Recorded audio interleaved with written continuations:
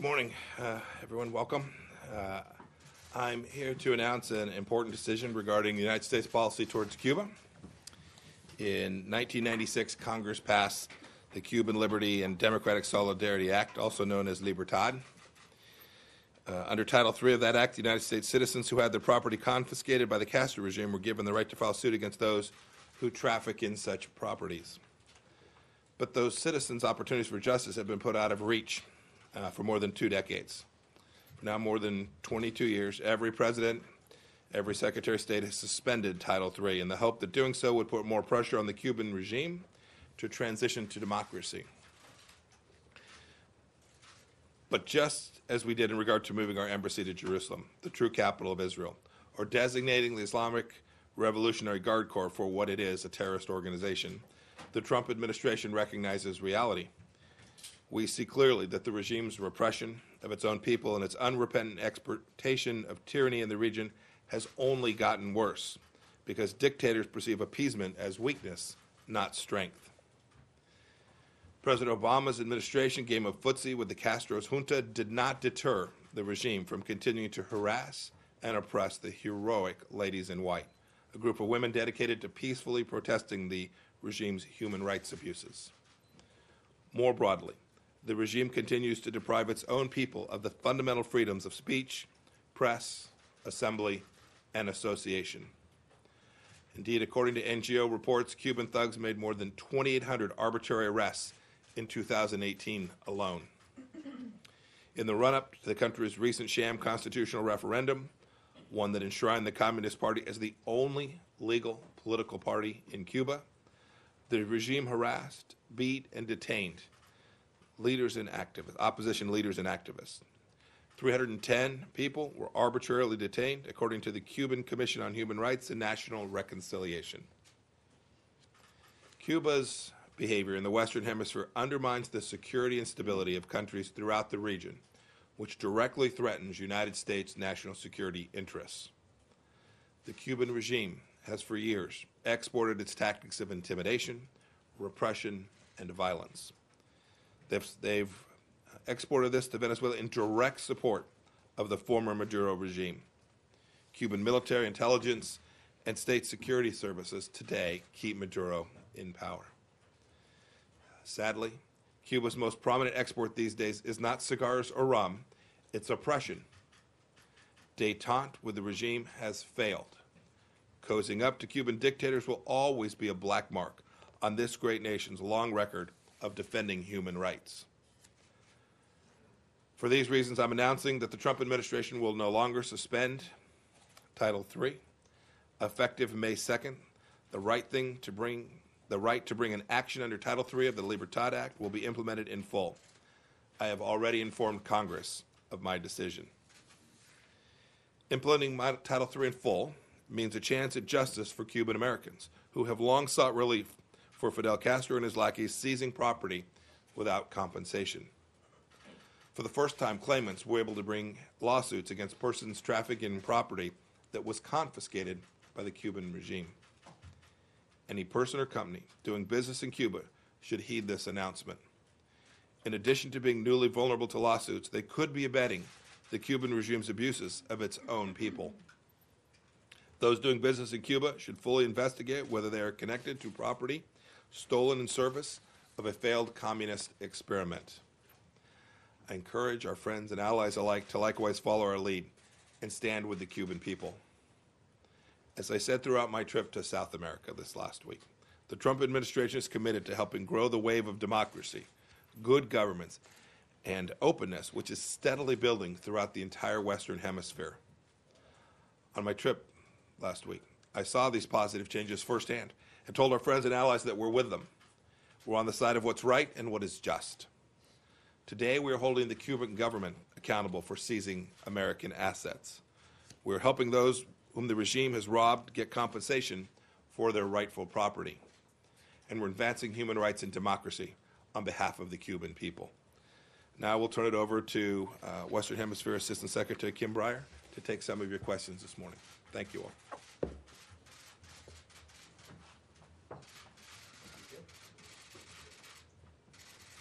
Good morning, everybody. Good morning, everyone. Let's start with Matt. Thank you.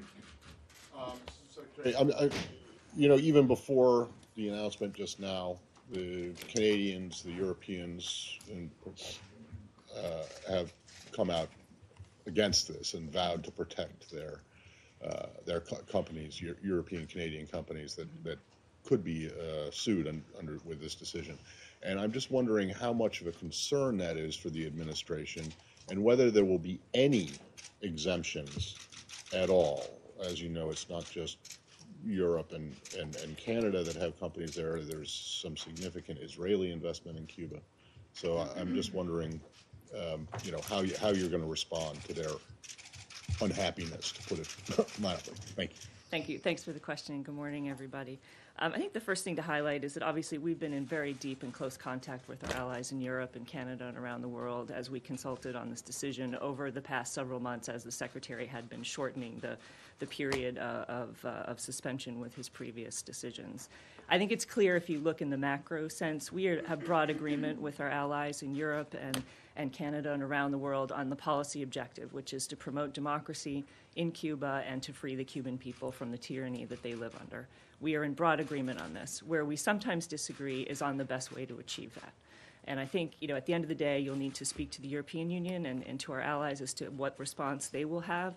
But I would like to emphasize that European companies that are operating in Cuba will have nothing to worry about if they are not operating on property that was stolen from Americans post-revolution. So I think the vast number of European companies will not have any concerns operating in Cuba. Leslie? Yeah. Good morning. How are you going to deal with the unhappy Europeans? They've now threatened to take you to the WTO, and so how are you going to deal with that? And to what extent do you put Cuba? How does this in any way tie to cutting off any funds to Maduro, or how does this enhance the anti-Maduro campaign? Thanks for the question. First, I would defer you to the Europeans for their response. They certainly, we took a decision today based on our laws and our sovereign concerns for the property of American citizens, and the Europeans will respond as they see fit, and we'll continue to work closely with them on this policy and on the policy in Venezuela. I think it's important to note that the decision today is part of the trajectory that started with the Trump administration's NSPM 5, which was announced in June of 2017. The objective of that was, of course, to support the Cuban people and to deny resources to the regime, and in particular to the security services in Cuba. So this is part of a trajectory. We have since published the Cuba restricted list. We have since amended the restricted list several times, and this is part of the trajectory of the administration trying to ensure that we support the people of Cuba and not the regime of Cuba. And going forward, I would say the decision, the Secretary's decision was about the actions of the Cuban regime. Certainly the actions of the Cuban regime in Venezuela are part of the context of the moment in which we are living. And we are very clear, and I think our allies, and this is something very important, the Lima Group, which is a group of 12 countries in the Western Hemisphere, for the very first time this week announced its concern over Cuba's role in Caracas and made public its concern and called on the Cuban regime to support the transition in Caracas. So I think it's a very important moment in our relations in the hemisphere as well. Rich? How much further? Thank you. How much further is the administration considering going on its Cuba policy? Whether there's deliberations about the terrorism list, or is this a trajectory that you see continuing?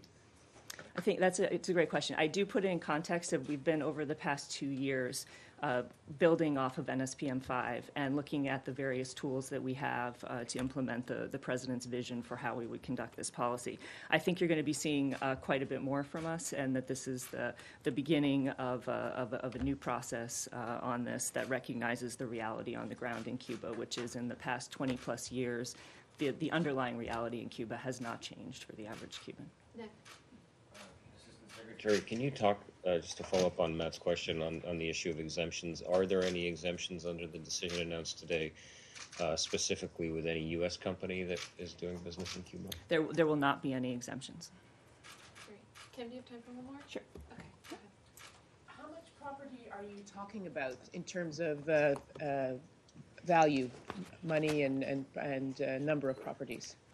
Flip two. So this is actually one of these questions where I can tell you what I know, and then what I don't know is actually a larger. What we understand, the Foreign Claims Settlement Commission has, it's an independent agency within the Department of Justice, has certified nearly 6,000 claims for property confiscated in Cuba with a total value of approximately $2 billion with interest. We believe that value is somewhere in the $8 billion range. The most recent estimate we have from 1996, at the time that the law was enacted, that there could be up to 200,000 uncertified claims that were not certified by the Foreign Claims Settlement Commission, and that value could very easily be in the tens of billions of dollars. But it will depend on, of course, whether claimants decide to pursue legal cases or not. Could I just ask you to clarify? You said, what was the $8 billion? The $8 billion from, is with interest. So $2 billion of the actual property, or what it was At worth the time when it was taken. when it was confiscated. And then Correct. with interest, that amounts to $8 billion. Correct. So the total then would be $8 billion. $8 billion of certified claims. And Yes. then on the 200,000 uncertified claims, they haven't been rejected, right? They could still be certified. They could still be if the window were That would be open. hundreds of billions. That could be. Yeah. Okay, Those are estimates. thanks. Tens of billions. Yes. Sorry. Thanks, Matt. Okay. Thank you so much. Thanks, everybody. Thanks.